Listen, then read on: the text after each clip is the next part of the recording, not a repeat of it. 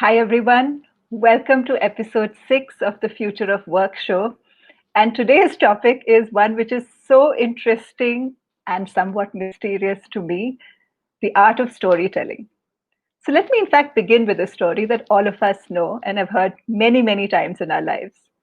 The story of a king in a faraway kingdom a long, long time ago.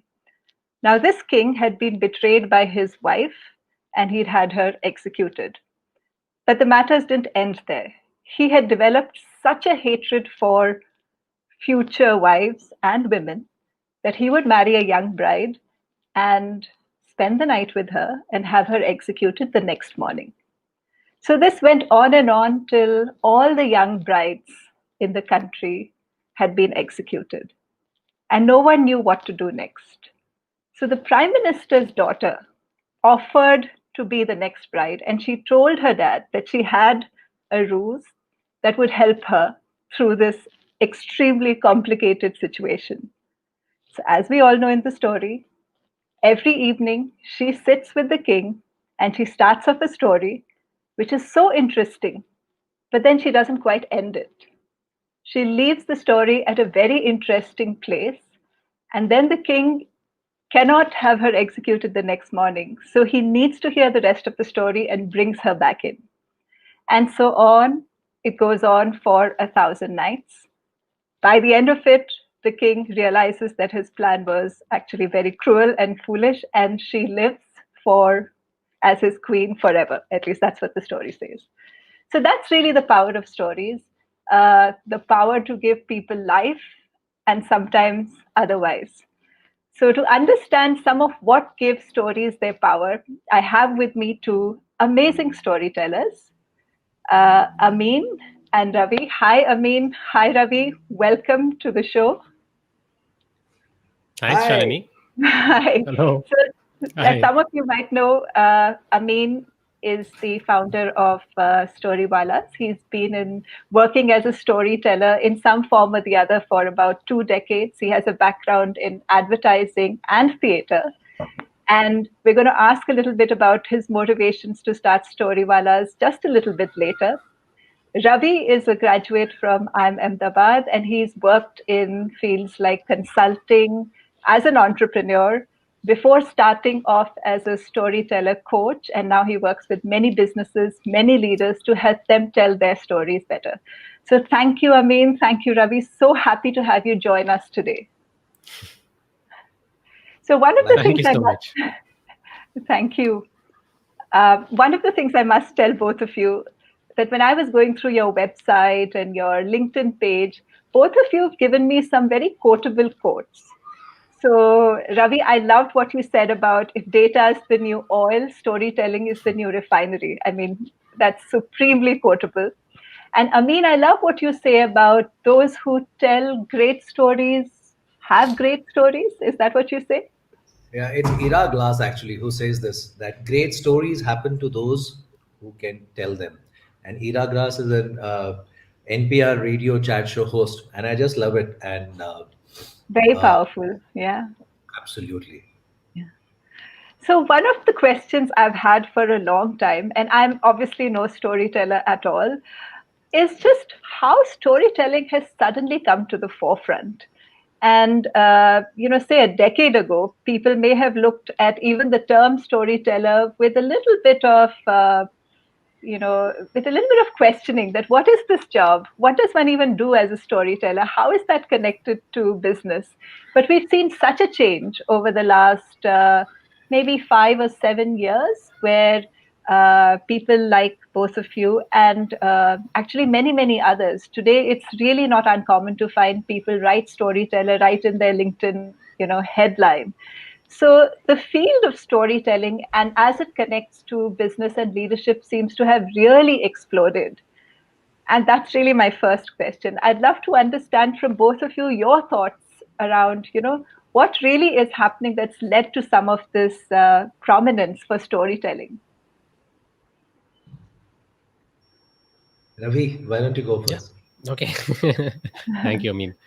I think the skill has always been of importance, Shalini. So we've been storytellers since millennia, right? When we when mankind discovered fire, then we would sit around the fire and exchange stories with each other. And most of the stories had information that was critical for survival. So people learned that, hey, I need to remember these stories. So stories have been used for a long time. I think what's happened over the last, let's say, 5, 7, 10 years or so are a few factors that have increased the importance of this skill for business people, for leaders and managers. I think one is this explosion of data that we have seen.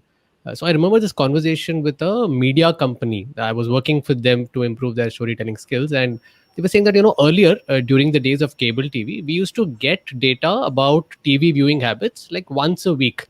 There used to be this TAM data. They have this meter that's kept in a few households, I think 1,500 households or something, and it's sample data, and that's what they would get, and they would, that's their world, and they would work with that and make sense of that and whatever.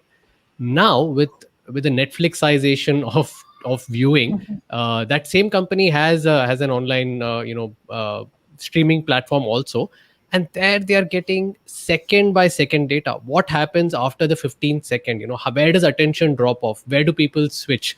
So imagine the explosion. It's not a 5-10% increase. It's an order of magnitude increase in the amount of data that is going to come, and that is hitting all of us. And so if you're having such amount of data, that's great. That means more insights, more stuff hidden there, more stuff that you can use to improve your business, improve the offering to your customers. But you have to make sense of that. So which is where I think the skill becomes more important, the refining skill of converting that crude oil into the petroleum, that storytelling skill. I think that's one big change that has happened. I would say another big change that's happened is with the attack of these devices and apps, and so many notifications that we keep getting all the time, our attention spans have taken a hit. It was not as if they were great earlier, but now I think it's even worse. It's really shortening. And so a lot of people love to quote that crazy number by the study by Microsoft in Canada, where they tried to actually measure what's the average human attention span. And you might think, okay, 5 minutes, 10 minutes, or whatever. That study came up with a number of 8 seconds. And so you might dispute that number, but the point is attention spans are low and falling. And I think these two have had an impact of the onus of the person communicating is really high to communicate well and to tell a good story, with this data explosion and the lowering attention span. So for me, I think those two are two big reasons why I think storytelling has taken off as it rightly should over the last 5, 6, 7 years. Amin, what do you think? I completely agree with Ravi, and every point that he's made, it's absolutely bang on. Data explosion leading to attention deficit syndrome, leading to the need to simplify, leading to people who can simplify becoming very important. Now, when I say simplify, it's not an easy skill. It requires pattern recognition, being able to read a pattern, being able to communicate with metaphors, analogies. Uh, it's not easy. But is it a learnable skill? Of course, it's a learnable skill. As humans, we are all born storytellers. At some level, we are born with that ability. But ability is like a knife. If you don't use it, it gets rusted. It's like languages. If you don't use a language, you struggle with that language. So, like Yuval Noah Harari says in his book *Sapiens*, we are born storytellers. We have the ability as a species to imagine an alternate world that does not exist. That gift of imagination is something that we are born with. We can create an alternate world and an alternate reality, and live in that reality and invest in that reality emotionally. So we've always been like that for thousands of years, millions of years. We've been sitting around fires and not making PowerPoint. We've been sitting around fires and telling stories to each other. But what happens is when data increases, like Ravi was saying, every powerful trend leads to a counter trend. Just Yep. like use of a lot of machinery and use of a lot of digital technologies and creating music has made us crave for unplugged and raw music where people sit around a fire and play without any digital amplification. Uh, Something like MTV Unplugged or closer to Coke Studio. Why do we crave for that experience? Because it's raw, but it's real. It's authentic.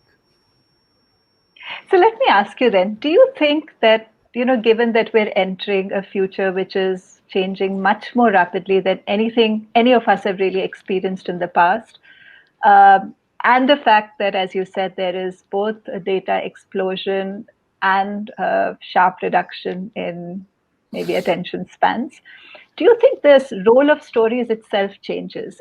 Would you call it a future skill, as people like Dan Pink, etc., have done? That in the future, being able to tell good stories is going to be, one of the critical human and leadership skills.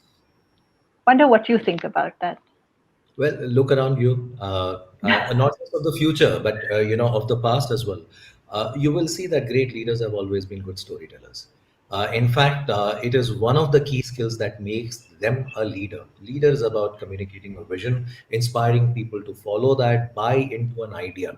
And whether you look at leadership at all levels, when you look at leadership at the political sphere, for example, right from Gandhi to Nelson Mandela to Barack Obama, great storytellers. If you look at leadership at the spiritual level, take Swami Vivekananda. He shook up the Western world with his articulation of Indian philosophy, great storyteller. If you look at leaders in the business domain, right from Steve Jobs to Richard Branson to Indra Nooyi, great storytellers. So you see that correlation: leadership, storytelling, leadership, storytelling, leadership, storytelling, every sphere, writings on the wall.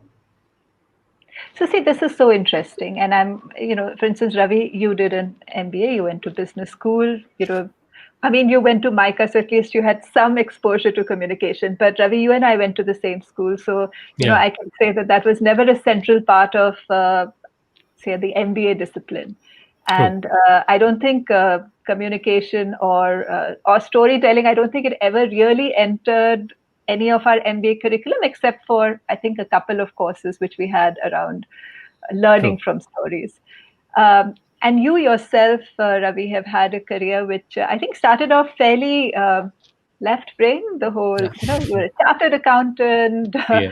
MBA, and then of course you worked with many of the consulting organizations. And then you made this transition at some point to storytelling and understanding the power of stories. How do you think all of this plays out? Like, what made you switch or not switch, but broaden your understanding of leadership and business to include storytelling and other perhaps right brain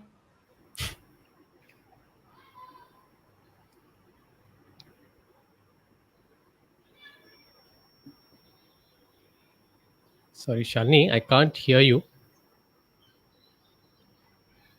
But you got the drift of that question, Ravi. Why don't you go and answer that as to how did that happen in your life from Yeah, no, from it's a very typical question, Shalini, and I think it's a bit of a misconception to kind of pigeonhole saying that okay, CA MBA is all left brain and storytelling is a right brain skill. I think a good storyteller needs to have a balance between the left brain elements and the right brain elements. So there is a bit of a science and an art to the skill, and both are equally important, I would say. So I love a great quote by Ameen in this whole field of storytelling. Right. So he has a simple 3-word definition of the word story, which is a good story is truth well told. Yeah, so the truth part is important. You can't make mistakes with facts. You have to tell the facts, but you have to tell it well. So I think the first part, one part of my life, which has been about accounting and finance and MBA and consulting, has been about the truth part. Because truth can be complicated, it can be messy, it can be detailed. There are so many layers to the truth, and you need to have the ability to dig into that crude oil and find out that refinery. But you also have to tell it well. So I think there are other parts of my personality, and unfortunately the world tries to typically there is a okay, you're a CA, you're an MBA, you're this, but we all have multiple layers to our personality, right? So apart from being some of those labels, I've also been a closet writer. I used to write, in fact, I very closely thought of going into the world of journalism when I was in my graduation, but we don't have the courage, and we follow the standard path. So that didn't happen. But I used to read a lot of history, And so I think those layers were always there within me. And I think at the right time, when it all just kind of came together, when I realized that, hey, whether it is stuff with a balance sheet, whether it is business data, or history, the underlying principles of storytelling, which is making facts interesting, making it told well, those principles are the same. And so I became a huge fan of those, like a lifelong fan. I'm really like super happy to be in a place where I can actually spend time understanding and learning them, and then passing on that knowledge, whatever limited I have, to other folks and helping them improve their work outcomes. So yeah, it's been a great ride. Ravi, what's so interesting is if we look at all skill projections for the future, Yeah. so if you look at, for instance, World Economic Forum's projections of what are going to be future skills right from 2022 onwards. There are things like creativity, innovation, creative problem solving, uh, and all of them are complex skills that use, both our analytical, thinking part of ourselves as well Hmm. as our creative and, the other side. So I think it's really interesting that when we look at, future of work and future skills, all the ones that are likely to be in demand are layered. They're Hmm. complex. They bring together elements of, left brain logical thinking and right brain creative work. So it's really interesting that you discovered this as you went along. And I I mean, think we also need, sorry, I just no, no, want to, please go ahead. Yeah. we also need some defense against the machines, right? Because that's the other big trend that's hitting us. So we need to have some of these skills which are a mix, which Yeah. hopefully the programmers can't. But anyways, we'll see about that. No, but that's a really good point, because actually, whenever we speak about future of work at UNQBE, we work a lot with, the intersection of future of work and people in organizations or business and technology. One of the most popular questions, and understandably, because all of us are anxious about, is, what's going Yeah. to happen to my job? And if you look at all reports around skills needed for the future, it's exactly that, because simple Hmm. ones are so much easier to transfer to Automate. technology. The ones which are going to be in demand are the complex ones, which aren't Yeah. so simple and are bringing in very different elements together. So you're absolutely right there. I mean, I was really interested in understanding your story. So you started off Storywallahs in 2012, well before storytelling became a thing. Would you share a little bit about, what led you to go down that path? How did you realize you would be able to help businesses and organizations? A little bit of madness is a simple answer, and delusion. That that's what goes into slightly being ahead of the curve. But Shalini, as a kid, I used to stammer a little bit. As a result, I was very shy and reserved and an introvert kid. Please don't give me sympathetic looks. I had a very happy childhood.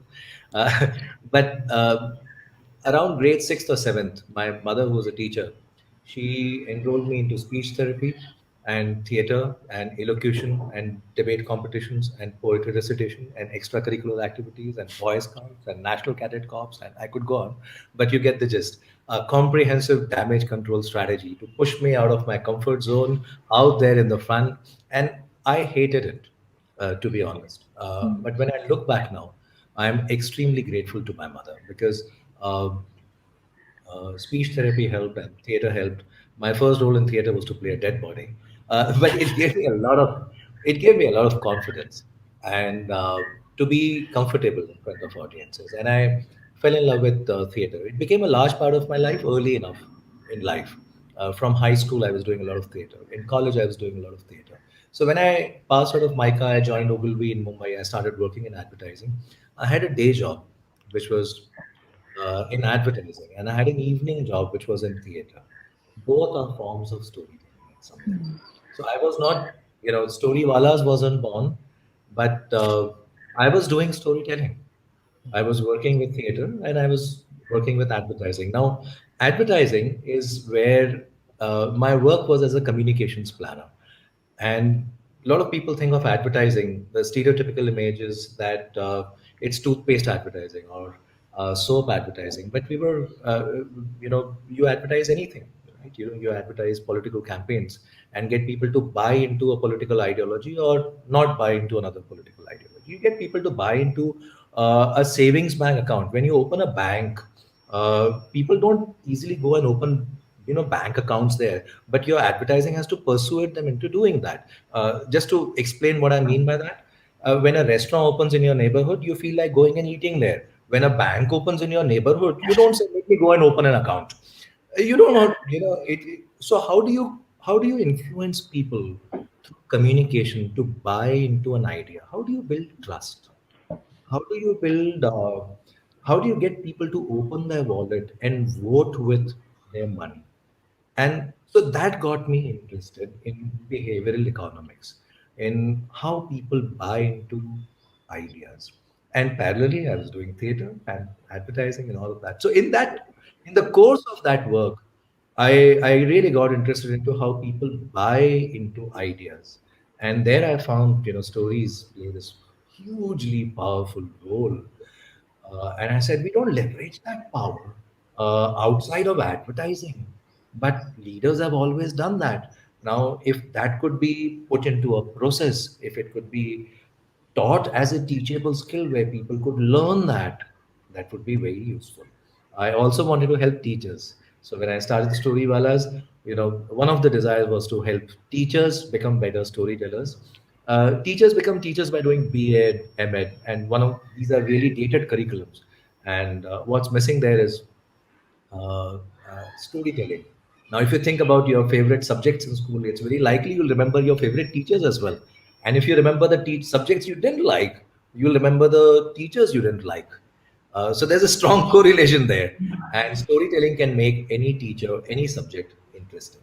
So these were some of the motives with which I started Storywallahs in 2012. Uh, I had no idea it was going to become so big. And uh, yeah, but these were some of the ideas that were there at the back of my head. I still remember my mom asking me, and she has a healthy dose of sarcasm. So she asked me these three questions. She said, Acha, I mean, so, what are you going to do? You've quit your job. And she's a Malayali, and, Malayalis, their sarcasm and wit, both are displayed in an underhand way. So she said, so what is this storytelling that you're going to do? So I said, I'm going to tell stories to children. I'm going to teach people how to tell stories. Ah, nice, nice, nice, nice. Are people going to pay you for that? That was a second question. Are people going to pay you for that? So I hadn't started, so I had no way of knowing. So I said, I don't know. So I don't know. We'll find out. Ah, yeah, of course, you don't know. You'll find out, of course. Actually, that's what I want to ask you. When you started out, in 2012, and you went to presumably business leaders and said, let me help you tell better stories, really, did people even know what you were talking about? Yeah, that's you're right. So my mom, the third question that she asked is, "Are you mad?" uh, but I've always believed that a little bit of madness. Ravi is a madman. Really well. I know he's mad enough. So the world has always made progress thanks to mad people. When I say mad people, I mean passionate people. I use that Yeah, word very respectfully. I agree. In Hindi, there's a word called zid. Hmm. Uh, and the bulb happened because Einstein had zid. Edison. From a realistic lens, Yeah. if you were to look at an HR manager going to Edison and saying, hey, can you tell me a little bit more about your project, 40 failed attempts, can we get in for a performance appraisal? You would never get a bulb Yeah, like that. So true. you have Agree. to keep fear at bay, and you have to wade into the water, and then only you can figure out these things. In retrospect, everything looks easy. Thankfully for us, uh, clients came to us rather than us going out. It took a long time to build the practice, uh, like it happens in anything which is early days, and it was a slow build. Uh, a lot of learnings there, a lot of failures there. You learn from your failures than from your successes. But I've been grateful for that journey and for the trust that clients have reposed. That sounds really amazing. And I completely agree with you. I think all progress happens with unreasonable people. It's the only way the world ever changes. So, Ravi, I came across a LinkedIn post. I think you had shared a few days ago after the antitrust hearings, the big Yeah, tech antitrust hearings. And I was really fascinated by the criteria you had used to judge each of the leaders, business leaders, in their effectiveness of storytelling.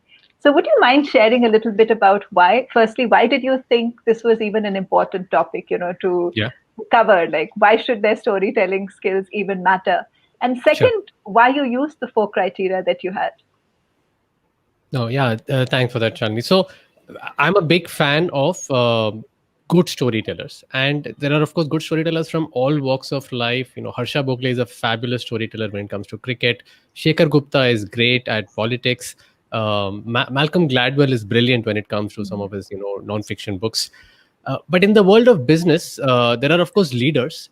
And then when you marry that with what I call as a high stakes story event, then there is story magic happening, right? Because not all communication by leaders is critical, but there are these high stakes ones. And Steve Jobs was a master at that. So he would know that, okay, the iPhone launch is a once in a lifetime event. Let me put the best effort at that.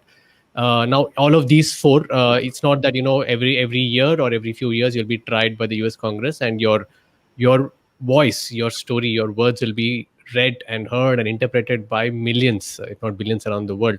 So a lot of thought would go into these stories, right? So it's very senior leaders, probably the tallest leaders and business leaders in the world, and B, very high stakes events. So that was what I think drew me to analyze that.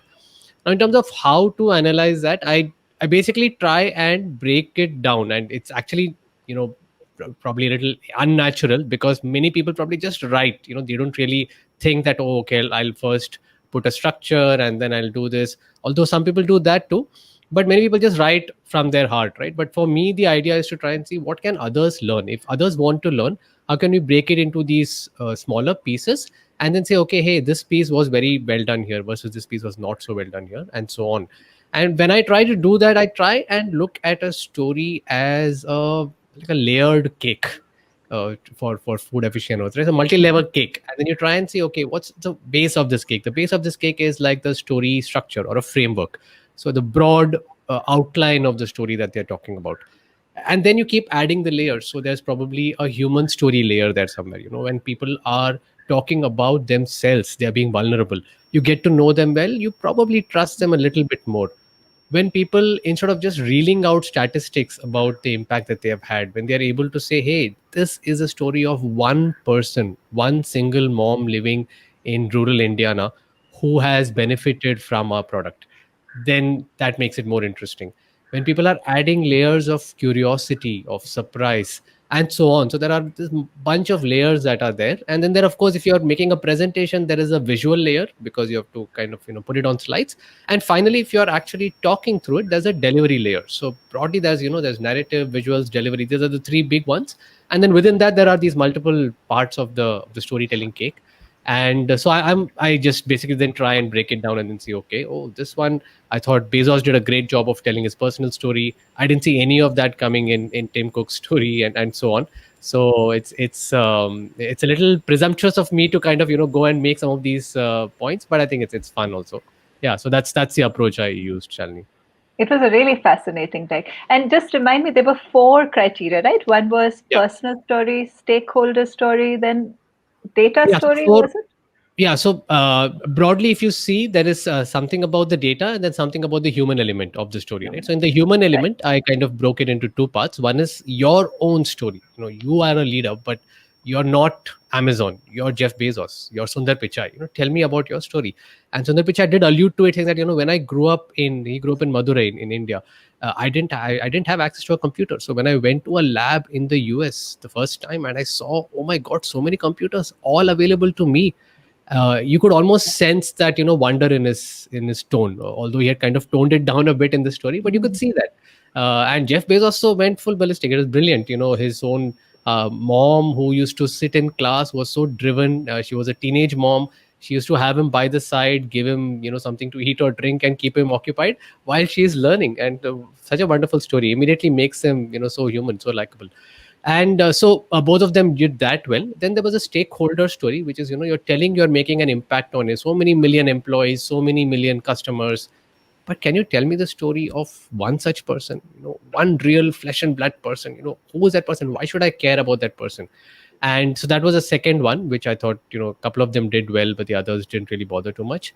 Then there is a numbers and the data story, and that is important. Ultimately, a lot of numbers are being leveled against you, and this is your platform to tell your side of the story and talk about saying, okay, this is why I felt we are really making a big impact, and we are actually in a very competitive space, and here are some numbers to back that up. So this is also a place where you kind of try to refute what I call as the anti story or the anti story, which is, what is the narrative that is being spun against you, that hey, you're becoming too big, you're trampling over all these small guys. And now I'm not taking positions here because I have no way of knowing, but the point is you have to tell your side of the story, and all of these guys attempted to do that in some way. And finally, okay, so you have data and numbers to back it up, but what's your vision of the world, what's your narrative of the world, and where you fit in? What's your big picture story? So there is a big picture story about you that's being spun in the outside world, but what's your take on it? So that was a fourth element. Yeah, so those were the four things that I thought would be interesting for us to analyze them and maybe use in our own stories. Thanks, Ravi. I mean, you've been working with leaders now for, quite a while. Do you think that there are some parts of storytelling that leaders in India find particularly challenging? Oh yeah. There is quite a bit actually. So we find that particularly when we have to share our own stories, right? We are good with the work story, we are good with Yeah. the organization story, we're good with the brand story, but what about you? What's in it for you? Why does this matter to you? Mm. uh, we are not that comfortable with the idea of vulnerability and Yeah. opening ourselves up. But you know this, and we know this, that people don't work for organizations alone. People work for people. And the face of the organization is also the leader. So the personal story is something that in my work, I find leaders, some, in India particularly, because India is a power distance culture. It's a hierarchical culture, and we feel comfortable talking about the world story. But work is so important. We derive a sense of identity for work from work. We derive a sense of success from work. Uh, so it's a reflection of where we are in culture and where we are in time. But I think it requires a lot of self assurance uh, Yeah. to to tell a personal story. Yeah, I agree. I completely agree. I think it's really hard.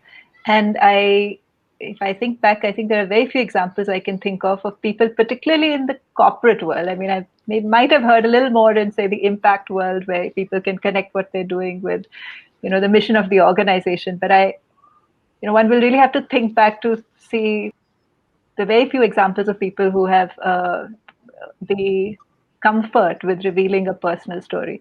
And if I'm honest, that same would hold for me as well. I think that's one area which I still haven't ventured quite comfortably into. I mean, when we spoke last time, one of the things you said I found really, really interesting, because in OD we use it from another, from a completely different direction. The power of the stories we tell ourselves, and how you work with people in, them evolving the stories of themselves. Could you share a little bit about how that works, and its Sure. impact? Sure. So, since it's early days for storytelling in India, a lot of storytelling often gets confused with presentation skills. A lot of storytelling also gets confused with oratory and public speaking, etc. But all of that is outer directed. A large part of storytelling is not just outer directed, but inner directed. The story that we tell ourselves, the story that we buy into. Uh, and that's what makes the story authentic, because if you don't have belief in the story and if you're saying something else, people can figure that out. The message is not going to land. Uh, but let me go a little deeper to explain the importance of this. And let me try and do that through a story. We are talking about stories. Let me tell you a story. Um, this story concerns an athlete. It comes, from way back in time, 1938. There was a Hungarian athlete, pistol shooter, champion pistol shooter called Karoly Zaks, and Karoly wanted to represent his country. He was a sergeant in the army, and one day during regular army drill, a hand grenade exploded in his hand, and he woke up in a hospital with the hand gone. They had to amputate his hand. Uh, so those were not the days when we had inclusion and diversity policies. Certainly not in the army. So your career is over. Your career as a pistol shooter is over, and that's the time when most of us would look up and ask that guy up there, why me? Why me? And why now? When I was so close to achieving my goal, why not at age 90? Or why not, if I had been born with that, I would have, made peace with that. But why now? So he was asking himself these kind of questions. And people would come to meet him at the hospital, they would console him, and that would make him feel much worse.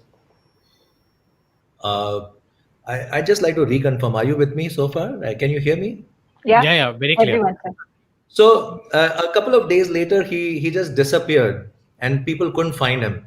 And they tried looking for him, but they couldn't find him. And then he goes to the forest and starts shooting, with his left hand, a hand that he has never used in his life.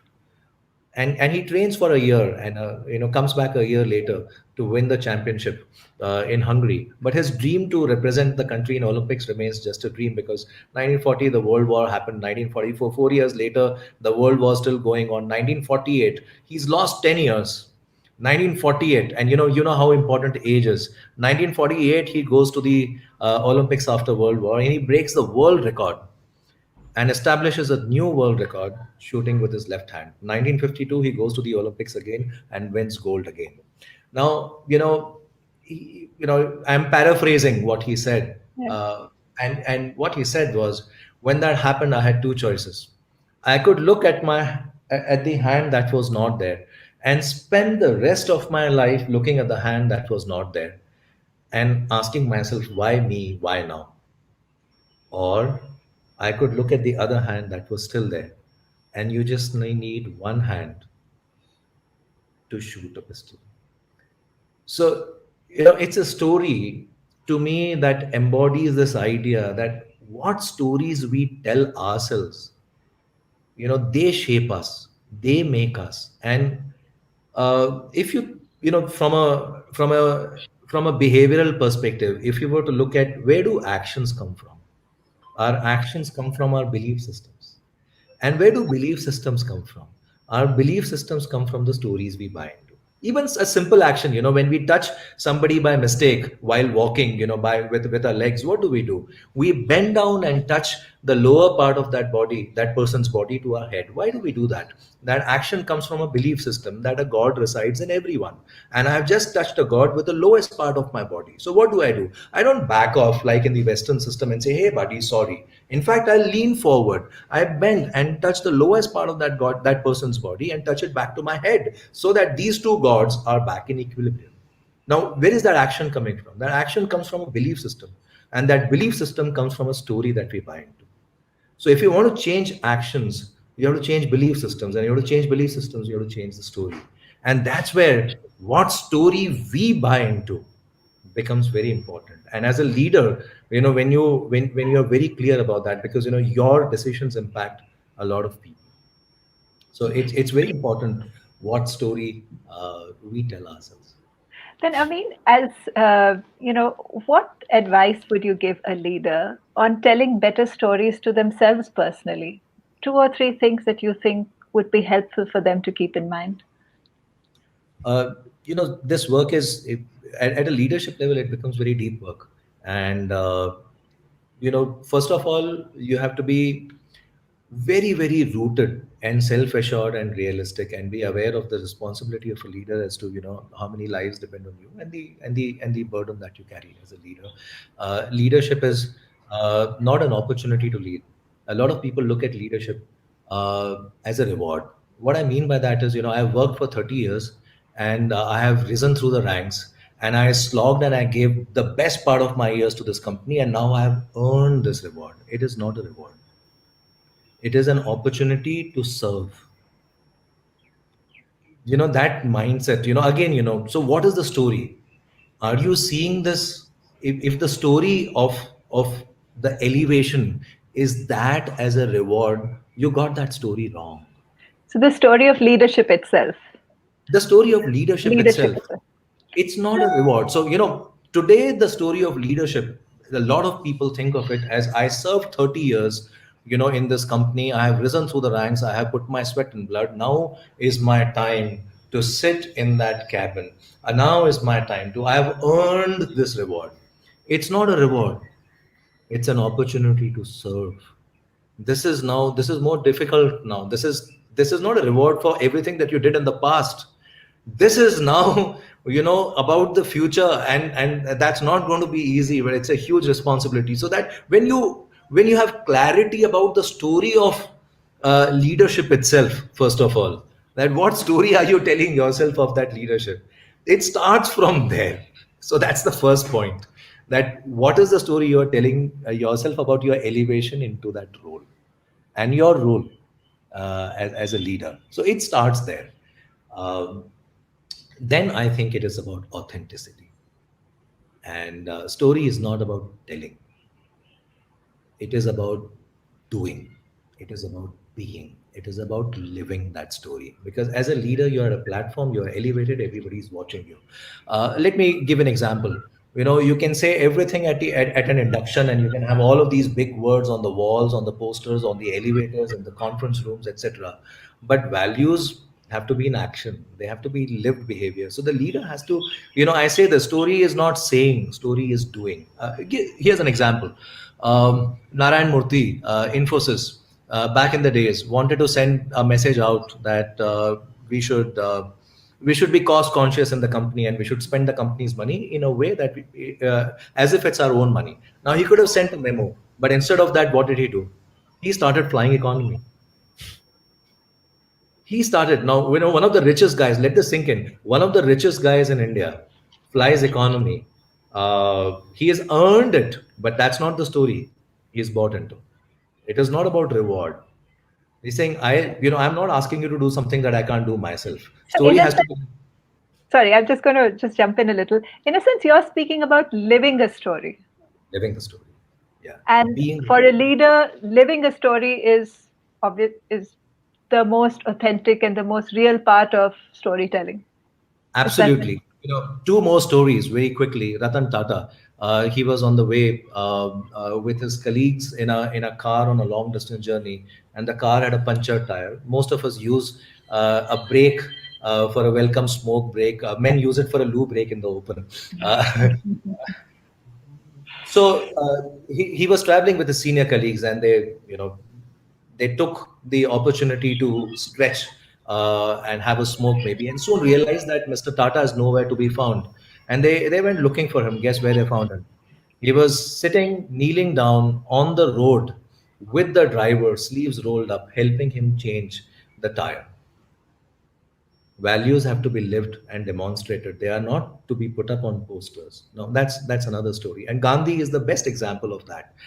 He didn't say, boycott British products. He wove it, or he didn't only say boycott British products. He wore khadi woven on his own charkha by his own hands. He traveled third class with the common man, and he didn't say, go break the salt rule and I am there watching. He took the lathi on his head. In Indian army, the casualty rate for officers is really high, and that's because our officers lead from the front. That's what Gandhi was doing. He took the first blow of lathi on his head. So leadership is action. It's not action over words, deeds over words. No, I completely agree with you. In fact, if you want to judge any organization's culture, the place to start is the stories which are being told about how things actually work here. What people have said in a formal forum is pretty much irrelevant, to be honest. Yeah. It's what are people who work for that organization really saying about it? And particularly, what are they saying about the critical incidents when there was a dilemma and actually a choice to be made. What choice did that organization or that leader make? And that's really the most powerful way of speaking out your values by living them. But isn't there, though, a little bit of a difference between living your story, which of course people who know you, who have an opportunity to observe you, like people who work in your organizations do, and storytelling in a more communicative fashion? Like, for instance, as Ravi spoke about, how he observed leaders in one very small context, which is, the antitrust hearing, where it wasn't like working for Microsoft or for Google and looking at the leader, but watching what they said in a particular forum and a particular context. So isn't there a difference between truly living your story, and obviously that's the most Yeah. powerful way of communicating your story for your organization and for people who are going to know you for a period of time, and storytelling in, say, a more specific context like this one, where communicating your story becomes the more, shall I say, important part. So I'm wondering, Ravi, if you have any suggestions for any of our viewers and me as well, how we can all become better storytellers. Absolutely, Shalini, and a great story, right? The story is by Ameen. So, one way to kind of build on what he said, and to kind of answer your question also. So, a good leader needs to ensure that the story he is telling, and not just, of course, the story is also doing, but story that leaders also tell stories, is in alignment with, I would say, three variables or three parts, moving parts, whatever name you want to call them. And so, one variable or one moving part is the leader himself, his identity, his beliefs, his actions, his thoughts.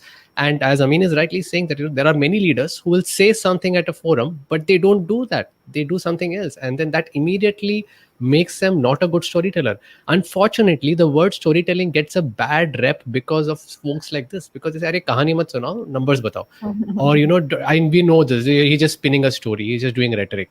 And politicians do this. We know some business leaders also who do this. So I think that is one important axis to align your story to. The other two important axes for me are, you also need to align it to your audience. Yeah. And so if the first one is to be authentic, the second one is to be empathetic. You need to know who is your audience, where are they coming from, what are their fears, their challenges, their emotional reactions. Also, how easy or difficult will they find to understand what you're telling them? Forget about every day. We are not dealing with highly emotional stuff, right? Regular everyday communication, it's just passing on data and information from one person to the other. And probably I'm not going to react emotionally to your data, but my barrier is not emotional problem. It's just your data is too complex.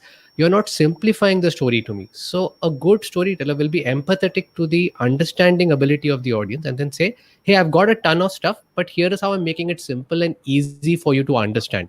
And then I'll also, of course, keep in mind your emotional reaction. So the empathy angle is also about knowing what is the logical and the emotional barriers that will be coming in your audience's mind to kind of understand something. And the third angle, or the third axis, is the data itself, the truth. You may be authentic in believing something. So let's say there is a social impact leader who authentically or very truly believes that X is the right way of doing something, but the data, the actual underlying data, does not support that belief. In that case also, I think it's not a great story. So it's not an easy ask, but that's the right balance of being aligned on your own story, authenticity, on your audience's reaction, empathy, and the truth, or the clear comprehensive truth. So that's one, three things that need to be done. And I'll give you just one simple tip on the empathy part, right? So there's a very simple, nice storytelling tip called show don't tell. If you're telling me that you are an innovative company, that you really value innovation, don't tell it to me. Tell me a story, show a story, a visual story where you have actually acted in a way that values innovation. An example that comes to mind is this newsletter by this company called the Ken.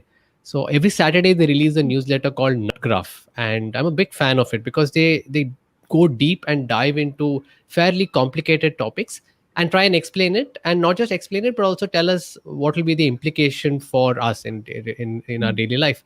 So for example, when the Geo big launch happened, I loved the way they analyzed, how Geo was building a very unique company.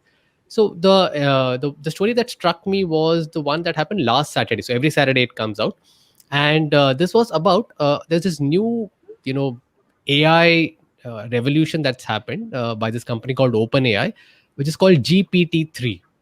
And I'm not tech geek, so I don't understand what GPT-3 means, but I know that it's a revolution in the sense that now it's able to write stuff almost like humans, and that's freakish. It's able to code, it's able to write, and so the future is coming closer and closer. And so this guy, the Nutcraft guy, Praveen Gopalkrishnan, was writing the story of GPT-3, and he's going into the details. So he writes a beautiful intro about GPT-3, and then he goes into the nuts and bolts of okay, what happened, who used it, how did it happen, and all of this is happening. And in the end, he just writes a brilliant line where he says, guys, this was so intriguing that I wanted to try and see if I can use it myself. So I applied and I got through permission to use GPT-3 for myself, and I've actually used this in this very piece. You know how? Go back and read the first 200 words, the intro piece that you liked so much. That was not written by me, it was written by GPT-3. You And so know, instead of yeah, please, saying sorry. that GPT-3 is innovative, he showed it to us. It's a show don't tell moment. So that's one powerful tip that I thought I could share with the listeners. Sorry, So that Sasha. example just reminded me of so my co-founder Jaspreet in his book Tech Whisperer. He has a Hmm. chapter which is written by AI. The book is about Oh my God, this is the technology. future is already here. The robots are taking our jobs. So that It's was scary, scary stuff. so. I'm going to ask one last question. I mean, and anyone who is listening, and if you have any questions, please do post them, and I'll ask them on your behalf. I mean, is there anything that you could share around, if any of us want to be better storytellers, two or three easy takeaways for us? Sure. First, the point that I had already covered, which is live your story, so that Right. it's authentic. When your actions are in alignment with your beliefs, and when your beliefs are in alignment with your value systems, right? So when what you say is aligned with what you do, and what you do is aligned with your belief systems, the story will be authentic. Number two, remember the best story about Shalini is not the one Shalini tells herself, but the one that Ravi tells me about Shalini, or the one that Jaspreet tells me about Shalini. So we live in the word of mouth economy, and today it's a review economy. If I have to join an organization, first I'll go to Glassdoor, and I'll see what people are saying about. If I have to go and book a hotel, I will not book a hotel, but I will say what are other people saying about that hotel. That's why we go to TripAdvisor. If you have to take a cab, so fix your story there. It's not about what you say, but what others are already saying about you. So your story is in play, and others, your customers, are in charge of your story already. So look for alignment there. Look for alignment within. Point number one. Look for alignment outside. Are your stakeholders aligned with what you're saying? That's point number two. Number three, I haven't seen a good storyteller worth his or her salt who's not a great listener. In my book, storytelling comes later, listening comes first. If you're not a great listener, you can't be a good storyteller. Forget it. And listening is tied into understanding, like Ravi was talking about empathy with your listeners. What are their concerns about understanding that? Then comes the point about articulation, fourth. So after these three, you come to articulation, and there it's not just what we say, but also how we say it. That makes a lot of difference. And in this articulation, there's a huge battery of techniques that you can learn about how to frame something in a way that connects to people's hearts. But the simplest and the most powerful example that I can cite and close this story with is the video that has gone viral on YouTube. It's called the Power of Words video, where there's a blind man sitting and asking for money. And he's got a play card there, a cardboard on which he's written, "I am blind, please help." But that message, that story is not working. And people are passing by, and he's using the magic words that we teach children, right? Please help, all of that. "I am blind, please help." And a lady comes and changes that. She writes something else, and magic happens, and people are putting in money. So later, when that lady comes back, he asks her, "What did you do to my sign?" And she says, "I wrote the same thing. but in different words. And the camera zooms out and you see what's written there is, it's a beautiful day, but I can't see. Oh, that is So, powerful. after you've checked for alignment on your story at three levels, internal, external, which is are your stakeholders, and listening, comes articulation, which is very powerful. It's not what you say, but also how you say it. That makes a lot of difference. And that applies to numbers and data, that applies to your work story, your vision story, the organization story, the value story, the change management story, the inclusion and diversity. It's not what we say, but also how we say it. And like Ravi was saying, there are two parts to a story. I've always believed this: truth, well told. Now, to me, that's a good three-word summary of storytelling. Truth, well told. There are two parts to that. There's truth and well told. That guy was telling the truth. I am blind, please help. What was missing was the well told. It's a beautiful story. I mean, that's a really beautiful story. And we really believe that storytelling is going to be much more important than ever in the past because the environment around us is changing so much that we need, everybody's looking for something that ties it together and makes sense of it. Otherwise, it's very difficult for any of us, either in our individual capacity or in our organizational capacity, to know what needs to happen. And therefore, for leaders, being able to tell good stories becomes so important because it helps give perspective, a sense, a reason why something should or should not happen. Uh, and because the environment is changing so fast, therefore, the ability to keep people aligned, can no longer rest with just protocol or procedure or systems, which, while very helpful, also play a role in slowing down action. So, stories have this advantage that on the one hand, they can give you immediate clarity on what's important and what's not.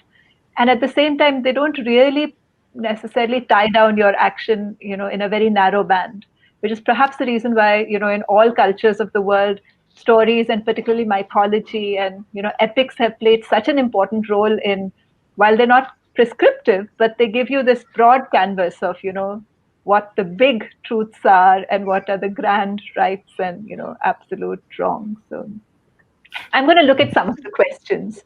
So we have a question from Mayank. He asks, do we as storytellers focus more on failures or success?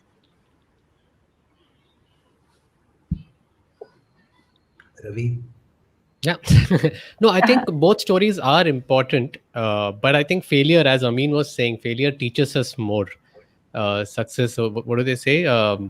Success has many fathers, but failure is an orphan, right? So failures teach us more. And if, especially leaders who otherwise have credibility in what they do, if they share stories of their own failures, I think it's a great trait because it shows them to be vulnerable, to be human, to not be this demigod kind of a person that, oh, I've never made a mistake in my life. And more importantly, it tells the others that, hey, it's okay to try and fail, and this is not a you'll be fired at the first mistake kind of a culture. So I would kind of give a slightly more higher weightage to stories of failure. I think those are the ones that have more learning in them. Okay. Okay. So I, I I, think, I yeah, agree go with ahead, Anne. Yeah, I mean, I saying I'd agree with Ravi completely. It's not the failure stories or success stories which story is more important. Which authentic story is? Story is a tool which it serves a purpose. So what's the purpose? And for certain purposes you need success stories, and certain purposes you'll need failure stories. So start not with by looking within and saying, okay, I've got a failure story. Now I want to tell the world the failures. That's there's no point. Yeah. because the moment you start doing it for the wrong reasons, that's the end of it. Story is like a story is not about spinning a yarn. I hate that word spin. Uh, it's about it's about conveying a message that people can connect with at a deeper level, and therefore start with the purpose. Why would I use this tool? And if the purpose requires a success story, and they're very important as well, go ahead and use a success story. Otherwise, you know जंगल में मोर नाचा किसने देखा? We live in an attention deficit economy. Who's got the time to figure out, what good work you've done? You have to make the effort of going and telling it. And Thank in you. fact, many companies kind of spend a lot of time creating these success story case studies, right? And the moment it is made as a case study, with these boxes to be filled, I think it completely takes away the story element of it. I think that there's a lot of potential to really make those come out alive as a story. So yeah, I think great point. I mean, yeah. Sorry, Shal, go ahead. No, thank you. Thank you. I realize that we are at the end of our time. For me, actually, leaving our conversation today, some of the things which really stand out is one, the best stories are truth well told. I thought Yeah. that was really, really powerful and bring both together. I think some of the things which we spoke about stories having, and I think Ravi, you alluded to it in the way you spoke about how leaders told their stories. The whole piece of logic, data coming together with Hmm. having an emotional impact, and Right. that coming together as being a very powerful, So so my big takeaways are both the truth well told, and which is actually almost the same thing, but Yeah, thank you. having having the logic, the data, etc., along with an emotional connect in the way it is told is really seems to be at the heart of creating a story which has impact. And that's a very, very that's a beautiful takeaway for all of us. Thank you so much. Thank you, Ameen. Thank you, Ravi. Thank you so much for Thank being you. with us today. Thank Thank you. you for a lovely conversation, and for bringing me and Ravi on the same platform. Uh, I'm a big admirer of the work he does. Thank you so much, Andy. This was great fun. I learned a lot. Thank you. Thank you. Thank you. So thank you everyone for joining us. Do stay with us for our episode